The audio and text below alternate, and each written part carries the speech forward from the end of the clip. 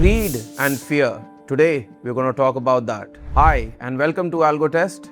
I'm Chintan. Today, we're going to talk about how these two emotions of greed and fear affect your strategy. We are going to demonstrate this through an option buying strategy on the call and the put with a twist. So, wait till the end and check it out.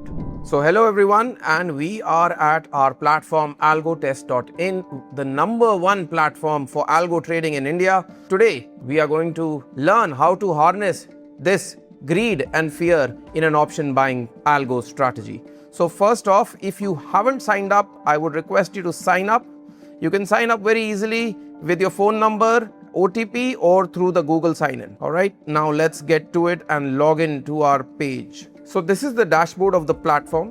Today we are going to look at a range breakout strategy. What is a range breakout strategy? How to think about it in terms of greed and fear is what we are going to discuss today. So I have created two strategies. One to go long, the other to go short. One to buy a call option, the other to buy a put option. Usually when you're making a range breakout or any strategy, we club these two legs and we trade them together. But this is where greed and fear come into factor. Why should you do it separately? Sometimes it's better to separate the legs into two different strategies. A long strategy and a short strategy with different parameters so that you can harness these emotions better. Greed helps in going long, fear helps in going short. What does that mean? When the market is very greedy, I want to be buying a call. When the market is very fearful, I want to be buying a put. But should their timings be the same? Should their SLs be the same? Should their range breakout time be the same? That's not necessary, which is what we are going to discuss today. Alright, so the first strategy that we are going to discuss is the long strategy, meaning the CE buy. Obviously, I'm doing it on Zero DTE. Why? Because the market is most greedy and most fearful on expiry day. What? Greedy to make money, fearful of not losing money. The idea is very simple. We are going to create a range breakout on Sensex. Alright, so I selected the Sensex index. My entry time is 9:16. My exit time is 3:15. And now I am going to buy a call at the money only if the range made between 9:16 and 10:45 is broken. Let me explain that better. So what it says, we will start tracking the ATM call price between 9:16 and 10:45. We will take entry after 10:45 once the high of the selected strike, meaning the ATM strike at 9:16 in the range, is breached. Now let me give you an example. Let's say at 9:16 the ATM was 25,000. So between 9:16 and 10:45 the 25,000 call made a high of 200 rupees and a low of 100 rupees. If after 10:45 the high of 200 rupees is breached, I'm going to buy that call. It's as simple as that. Alright. Now for the overall settings, I've put a max loss of around 1950, max target of 3250, lock in trail. If the profit reaches 1300, lock the profit at 650. Alright. These were all the values that I optimized over time. I kept on iterating. I used Agent 920. I used other tools. I used my know-how to optimize this. Alright, you can do so as well. But that is not the point of this video. The point of this video is to bifurcate greed and fear, bifurcate long and short, and then club them together to see the results. Alright, so we'll run this for only Zero DTE. You can put the slippages, taxes and charges. We'll do that right now. With your regular broker, you will be able to get a brokerage of 20 rupees. With upstocks, you can get it for 10 rupees. Alright, so it's up to you. Let's put it at 20 for this exercise. And there you go. Here are your results. Some people might ask, why is it 0 in Feb? Because maybe in all expiries of Feb, the range was never broken. All right, it's as simple as that. No trade. For a buying setup, you don't have to trade every day. Sometimes for a whole month, there is no trade. Doesn't matter. All right. The margin required approximately is this much, and your ROIs and your overall profits are as per that. Very high drawdown, but that is very typical of a buying strategy. All right. We have already spoken about how capital required for a buying strategy is different from the margin required, and you can check out that video in the description box below. Moving on. Now that our long strategy is complete, we will look at the short strategy. All right. So all these months, September, Feb, where the long entry never happened, maybe a short entry happened. All right. So let's check it out. And here is a PE strategy.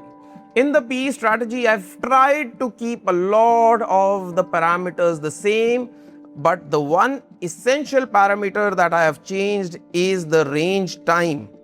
You can see here that the range time has changed from 10:45 to 10:35.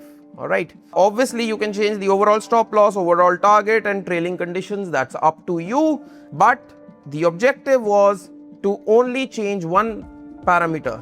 All right. So what am I doing? Let me explain again. From 9:16 to 10:35, I have selected a strike, the ATM strike of 9:16. I am checking the range, the high and the low, and if the high is broken of the put, then I'm going to buy it. Basically going short. For example, if between 9:16 and 10:35 the high was 150 and the low was 50, if 150 is broken, I'm going to buy it. That's as simple, and I'm going to put some risk management techniques. Obviously, these risk management techniques are overall settings, hence they are checked only on candle close. All right. So let me backtest this as well. Another thing I want to talk about, why is the separation? Now, with the separation, I can run these strategies individually. So their overall stop loss, overall target, and lock conditions are dealt separately rather than as a combined strategy. All right. So I am treating greed as different, fear as different. All right. So now let's check the results for Zero DTE. All right. Somewhat okay. I think the call results were better. It doesn't matter. You know, we have to see the combined results. You can check these out. All right. The max drawdown is much higher. Doesn't matter. Do not worry. Just save these two strategies. Now what will we do? Yes, you guessed it right. We are going to create a basket. We are going to create a portfolio of these two strategies and see how they run on a combined basis. All right. So just remember, the margin required for the previous strategy was around 8,000, and for this is also 8,000. Let's assume the margin required is 20,000 for both these strategies combined. Just remember that. All right. Now I am going to do this. I am going to go to portfolios. I am going to create a new portfolio. Range breakout, Sensex. Okay, let's put it greed and fear. Let's find the strategies, create them. This is it. Let's change the DT to 0 and let's backtest it. Currently, I'm making a very simple portfolio. All right. And let me put the slippages. And here are my results. All right. So my margin required was around 20,000 as we discussed. Brokerage is around 2,500 at 20 rupees an order. Taxes are also pretty minimal, not a problem. Overall profit 29 to 30,000. All right. Return to max drawdown of 3. Check this out. My drawdown is only 9,300. All right. Which is way lower than their individual drawdowns. All right. So the long is helping when the short is in trouble, and the short is helping when the long is in trouble. All right. Now, again, with having this portfolio, how can we optimize it further? All right. This is our correlation matrix. I made a detailed video on the correlation matrix earlier as well. Now, let's try to optimize it further. I've put everything here. I have put the DTE, I've put the slippage, and this is what I want to use now. quantity multiplier. I can run maybe the call more than the put and maybe the put more than the call. Here what I've done, I'm running the put more than the call. Alright, so let's see if it leads to a better result. And here it is. From 3.03 we are at 3.61. Alright, so we are running this on 5 lots. 2 lots of call and 3 lots of put. Alright, so that makes it around 50,000 of margin required. Capital required is much more. Guys, check out the video. You will know the difference between margin and capital. Great. Let's do the opposite then. Let's run this with 3 and 2 instead. And you can configure it as per your needs as well. Obviously, your overall profit is much better, but your drawdown has increased and your return to max drawdown is slightly lower. Now, what I'll do is actually run this over a longer period. Let's run this over 2 years. Alright, so this is just me playing around with the backtester and trying to explain to you how sometimes it's better to bifurcate the strategies so that you can run them more efficiently. Alright, so this is the 2-year result.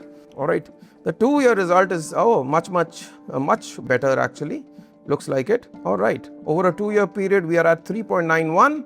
That's pretty good. Usually for a buying strategy, the longer the period, the lower the results. And let's just switch it around here.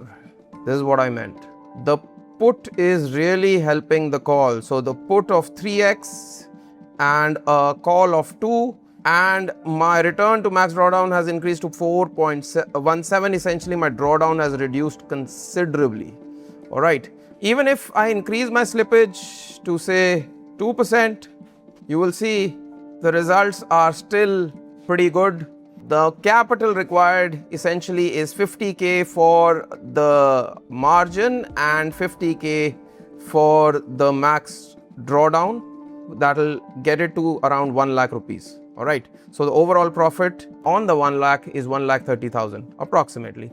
Alright, so in conclusion, what did we learn today? We learned how greed and fear need to be dealt separately. Make 2 separate strategies to tackle them both. Sometimes it is better to look at them individually and combine them later rather than making one strategy that has both a long and a short leg. I hope you liked this idea you learned today, and I hope to see you in other videos that we'll be making very soon.